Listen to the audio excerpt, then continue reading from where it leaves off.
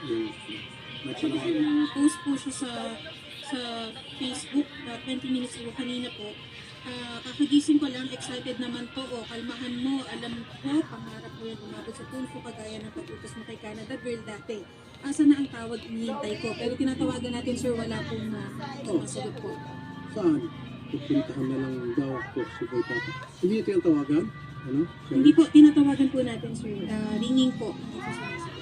Pero nakausap natin kanina yung lawyer, di ba? Opo, hindi po sumasagot. Tapos kanina, ngayon po, cannot be reached na po. Yung number po na binigay po ni Ma'am Kasi Sherry nga, White. ayaw nga nila ng on-air. Ang gusto nila off-air. Yung lawyer, Yung lawyer daw po ang willing. yung lawyer daw po, Ma'am Cherry White, willing natin magpag-usap. So, mas maganda kung lawyer, alam niya na anong pwede mangyari base doon sa mga sinabi nila. Oh. Actually, sa Rappi, meron din po akong lawyer. Pwede din po siyang, yun din yung makipag-usap. Lawyer to lawyer. Opo. Patay na, mukhang tumitinda na to. Ano po, magandang hapon po. Nasabi na po sa amin kanina ni Sherry ang problema at susubukan po namin. Tingnan namin kung pwede natin maayos pa to. Gaano kay katagal na po magkasintahan ni Boy Papa? Start po nung December 13. This, Dito lang po, bago lang. wala pong 1 year, Wala December po. 13. Okay. Well, sayang naman po yun kahit pa paano. Si December, January, tatatlong buwan na kayo. Ano mo bang pinag-ugatan ng away ninyo? Ito po kasi may pinagbintangan ako na nag-hack po daw ako ng Facebook. Nahinak ko daw po yung Facebook, which is nung isang gabi po, akala niya hinak ko yung Facebook niya, pero lahat po ng Facebook nag-log out. Nag-message siya sa akin na ipapatulpo daw po niya ako. Okay. Ngayon, yung conversation na yun, syempre naaligaga ako. Ngayon, pinost ko. Pinost ko po yung convo na ipapatulpo ko. Tapos, bigla na lang siyang nag-live sa Facebook niya. Nagsalita po siya ng mga kasiraan about sa akin. Katulad po ng walker ako, magulang ko po, adik, may matanda daw po ako. Yun po yung mga sinabi niya sa akin sa live. 1 hour po siyang naka-live. Pero pagkatapos niya, nag-usap na ho ba kayo, ma'am? Hindi po. Okay? Hindi mo natanong sa kanya ba't niya nagawa yun? Wala ba siya yung pagsisisi or pag nag-post later on na bakit niya nagawa yun o hindi ba siya nag-reach out at gusto makipagbati? Wala po eh. Bakit siya pa magpapatulpo Ayun nga po eh. Hindi ko maintindihan bakit ako pa ipapatulpo kasi may ebidensya daw po siya na pinapahack ko yung account niya. Yung Facebook niya. ano ebidensya pong hawak niya? Hindi ko po alam. Nung gabi po yun, lahat po nag-log out yung Facebook. Pero kung kayo po ay magkasintahan, ba't kinakailan pa i-hack yung kanyang... Hindi ko nga alam. Hindi ko po gawain yun. Pero yan po iba na-explain mo na sa kanya. In-explain ko po, pero sunod-sunod yung rant niya sa akin.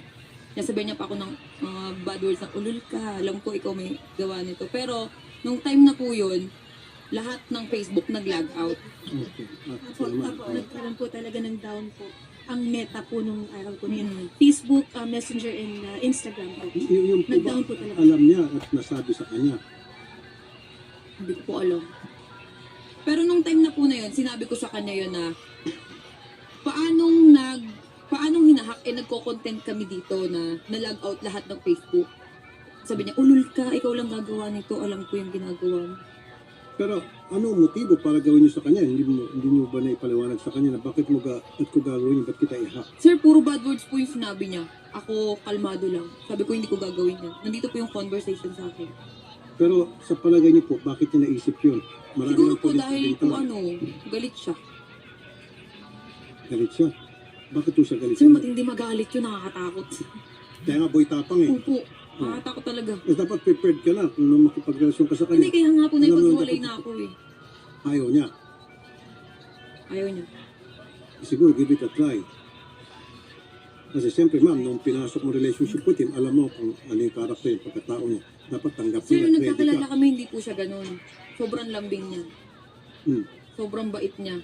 Okay, magandang sinabi mo. So, Opo. ano sa tingin mo ang dahilan nung sobrang bait niya, sobrang lambing niya, biglang nag 360 degrees? Sir, selos. Ayun. Yan sinasabi nila, huwag ka kasing magkaroon ng kasintahang maganda. Oo, di ba? Kasi kung ikaw magkasintahang maganda, talagang marami kang problema dyan. Siyempre, Sir, natural. maganda. Hindi po daw ako maganda. Kasi sinasabi niya sa live, unggoy ka din. Tanggalin mo yung maskara mo. Kasi sir, ritoke daw po yung ilong ko. Ano yung masama kung ritoke?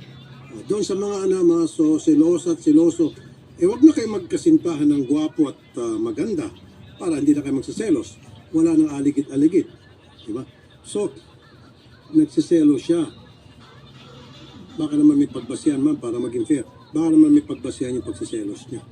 Sir, ito nga pilit kong sinasabi noon sa social media, ilabas mo kung anong dahilan ng hiwalayan natin. Bakit hindi mo malabas? Kasi sir, ayoko magsalita masisira siya. Hindi, pero ma'am, kasi wala siya dito, subukan natin tawagan.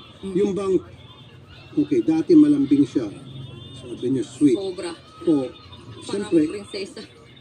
tama lang yun. Usually, ganun talaga pag naniligaw. Pag tumagal-tagal na, hindi naman lahat, medyo pa yung pagbabago. Pero, what led to it? Ano po yung mga nagawa mo sa tingin mo sa kanya na para naging ganun po yung kanyang pagkaasal na ngayon sa inyo? Kasi ganito po yan nag-start yan pati dun sa may nagpa-picture sa akin sa Alcoy, sa Cebu. Nag-away po kasi kami that time. Lagi kami nag-aaway. Laging punto selos. Siyempre ako nagselos din ako, pero yung pinagsaselosan ko nasa lugar. Okay. Nasa Ano po tao. yung sa Cebu? Yung sa Cebu, sir, ganito yan Meron din kasi lumabas sa video po na nakita ko. Pero hindi po siya yung sinaktan ko. Yung mga kaibigan niya. Sir, dinipensahan ko po kasi yung sarili ko.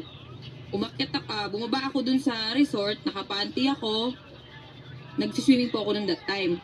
Tapos, pag akyat ko, galit na galit siya. Sabi niya sa akin, hinawakan niya yung kamay ko agad. Nakaganyan ako, sir. Hinawakan niya po yung kamay ko, tapos yung kaibigan niya, 4 na lalaki. Habang hawak niya ako, naka-video sila. Nasa kalsada po kami, may video ako. Nasa kalsada sila, nakipag-sex ka doon? Ginaganyan niya ako, nakipag-sex ka dyan sa baba? Anong ginawa mo dyan? Sabi ko, mga followers, nagpa-picture sa akin, anong masama? Doon na siya na-trigger. Nagselo siya, yun. So, may nagpa-picture sa yung mga followers, pinagselosan niya po yun. Opo, mga taga Cebu. Doon po sa lugar na yun. Natural lang po sa ating mga vloggers, mag-isiguro sa kanya pag may nakikita mga followers na nagpapapicture. Hindi niyo po naunawaan yun, bakit wala ho ba nagpapapicture sa kanya? Madami din. Oh, at ikaw, nagsiselo ka ba pag may nagpapicture sa Hindi kanya? po. Normal po yun pag may nagpa-picture. Kaso kasi yung point po na yun, naghiwalay na naman kami. Yung mga nagpa-picture sa akin, pinatagay ako. Dun sa may resort. Siyempre, katuwaan po kami, yun. Pag akyat ko, yun, nagalit na siya. Anong dahilan daw bakit si Boy Tapang, siya pa sana magpapatulfo? Ano sinasabi? Pinahack ko daw po yung account niya, kaya ipapatuloy ko na ako. Okay, na wala naman pong basihan. Okay. Kayo ho ba willing, ma'am, na pagbatiin ko na lang kayo? Hindi po. Ayaw mo na. Isahin naman po yung 3 buwan. Ay, hindi po. Hindi ako manghihinayang doon. Anong dahilan ba't nandito po kayo ngayon? Gusto ko po kasi sabihin sa kanya na na kasi sa social media po tinitira na yung yung mental health ko talaga. May mga nagbabanta din. Tapos, hindi na ako makatulog ng maayos sa lahat ng sinasabi ng tao. Ganyan pala yung babaeng yan, may matanda. Kasi yung sinasabi niya pong matanda, tatay po ng anak ko yun. Na 40 years old plus. Yun yung sinasabi niya na matanda ako. Tapos ito Pero na okay.